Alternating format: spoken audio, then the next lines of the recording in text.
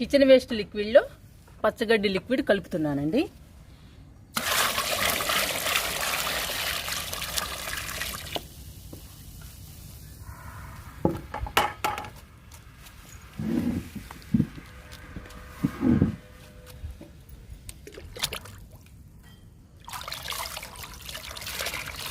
ఇంకా మొక్కలకి బలమైన లిక్విడ్ తయారైంది.